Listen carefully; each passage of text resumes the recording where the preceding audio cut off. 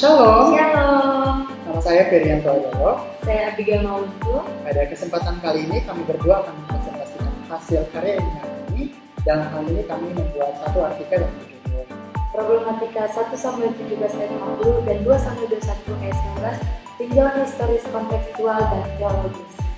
Namun sebelum itu kami akan membaca ayatnya, yaitu 1 Samuel 17 ayat 50, demikian bunyinya.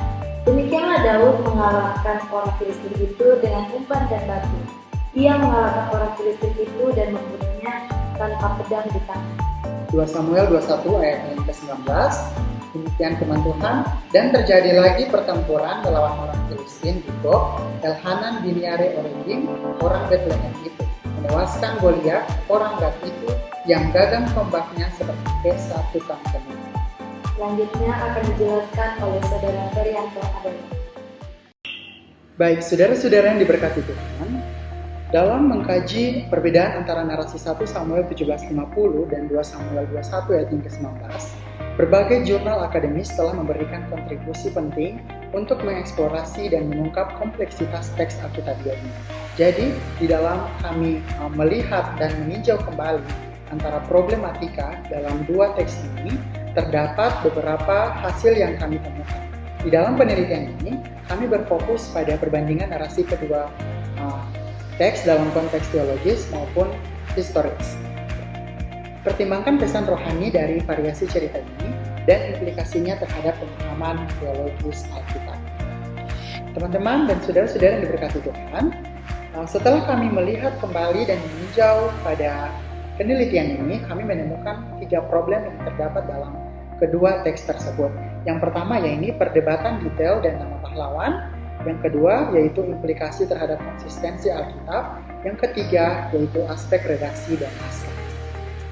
Saudara-saudara yang diberkati Tuhan, dalam perdebatan detail dan nama pahlawan, 1 Samuel 17 ayat 50 secara khas menyoroti Daud sebagai tokoh utama yang membunuh Goliat.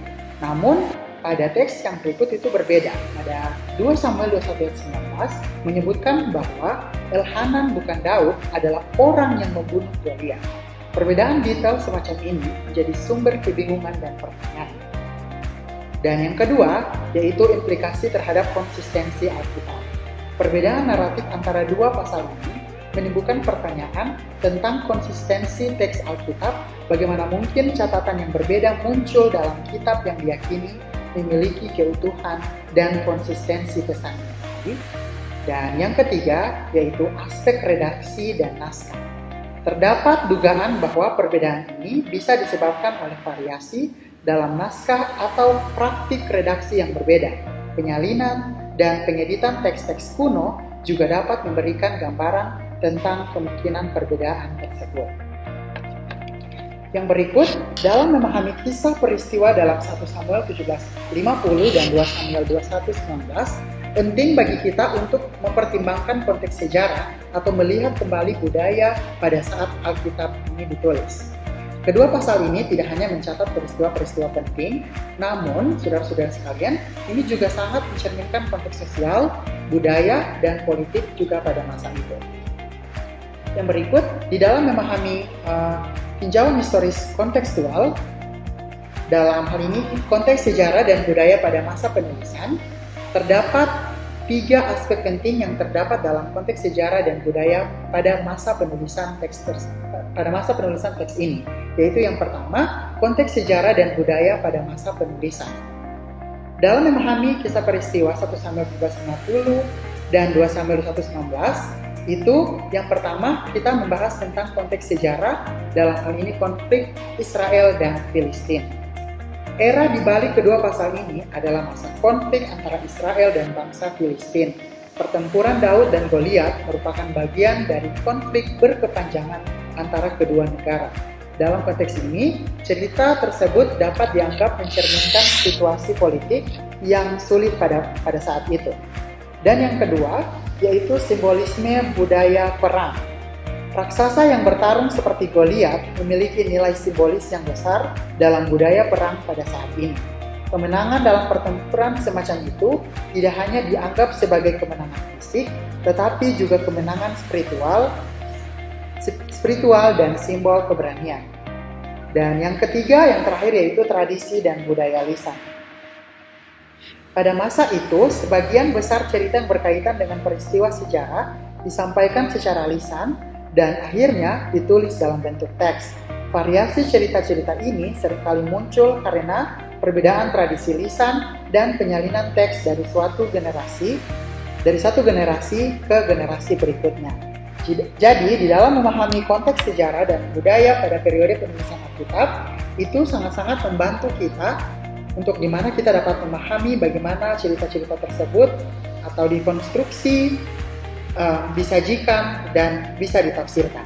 Pengaruh faktor-faktor tersebut dapat membawa pada pemahaman yang lebih mendalam tentang tujuan penulisan dan pesan-pesan spiritual yang ingin disampaikan dalam cerita-cerita tersebut.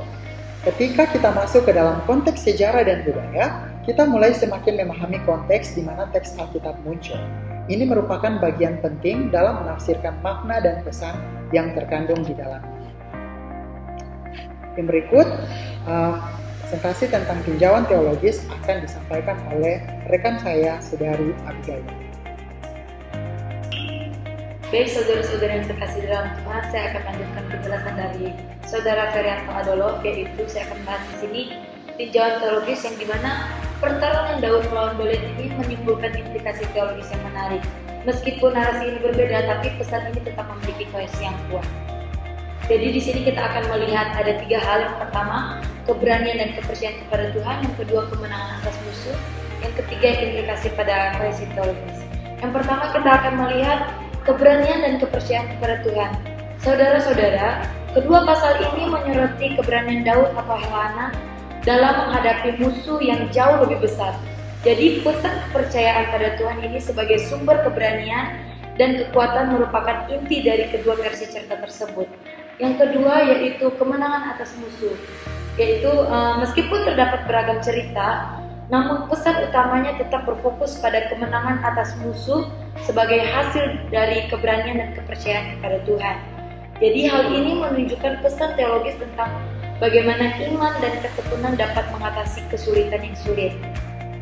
Yang ketiga yaitu implikasi pada kohesi teologis, di mana perbedaan cerita tersebut menimbulkan banyak pertanyaan tentang kesatuan teologis dalam Alkitab. Namun pesan spiritual yang dikandungnya tetap menyampaikan kesatuan nilai-nilai, yaitu keberanian, iman, dan kemenangan. Jadi melalui kisah-kisah yang berbeda ini, Alkitab menawarkan perspektif berbeda tentang bagaimana iman, keberanian, dan kepercayaan kepada Tuhan dapat menjadi dasar kemenangan atas rintangan hidup. Implikasi teologis ini mengajak kita untuk merenungkan pesan spiritual yang terkandung dalam setiap variasi cerita tersebut. Saudara-saudara yang terkasih, di dalam artikel ini, saya dan Saudara Ferianto Adolf akhirnya menarik kesimpulan, yaitu di mana pembahasan 1-17 ayat 50 dan 2-21 ayat 19 ini membuka pintu pada pemahaman yang lebih dalam mengenai kompleksitas teks Alkitab. Melalui pertimbangan historis dan teologis yang kontekstual ini dapat ditarik beberapa kesimpulan menarik.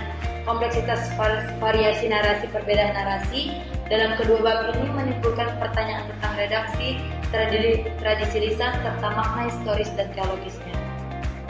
Jadi kompleksitas ini menunjukkan bahwa penulisan Alkitab melibatkan lebih banyak faktor daripada sekedar catatan sejarah. Jadi kesinambungan pesan-pesan rohani, meskipun ada variasi dalam cerita, pesan-pesan rohani dasar tentang keberanian, iman kepada Tuhan, dan kemenangan atas musuh konsisten dalam kedua bab ini. Nah, hal ini menunjukkan kesinambungan nilai-nilai yang ingin disampaikan oleh Alkitab. Jadi keseluruhan pesan Alkitab ini mengintegrasikan perbedaan naratif ini dalam konteks keseluruhan Alkitab, memungkinkan kita untuk kita melihat bagaimana pesan-pesan tersebut menjadi bagian dari upaya yang lebih besar dalam menyampaikan pesan-pesan spiritual kepada pembaca. Teman-teman, refleksi akan keberagaman interpretasi variasi naratif antara 1-17 ayat 50 dan 2-21 ayat 19 ini mengajak kita untuk merenungkan keberagaman interpretasi dalam membaca teks Alkitab. Ini menunjukkan bahwa pemahaman akan teks suci tidak selalu menjadi sesuatu yang pasti dan tetap, melainkan kita dapat dilihat dari berbagai sudut pandang. Melalui tinjauan historis kontekstual dan teologis atas perbedaan naratif ini, kita mengakui kekayaan dalam makna dan pesan spiritual yang dapat kita ambil dari berbagai variasi dalam Alkitab. Ini mengajak kita untuk terus merenungkan dan menggali pesan-pesan mendalam yang ingin disampaikan dalam setiap cerita Alkitab. Karena dimulai maka juga akan diakhiri. Jika diakhiri tanpa mulai itu bukan presentasi tapi masalah hati. Demikian presentasi dari kami terkait tentang pemaparan hasil penelitian kami dalam artikel ini. Lebih dari kurangnya mohon maaf, dan Tuhan Yesus memberkati.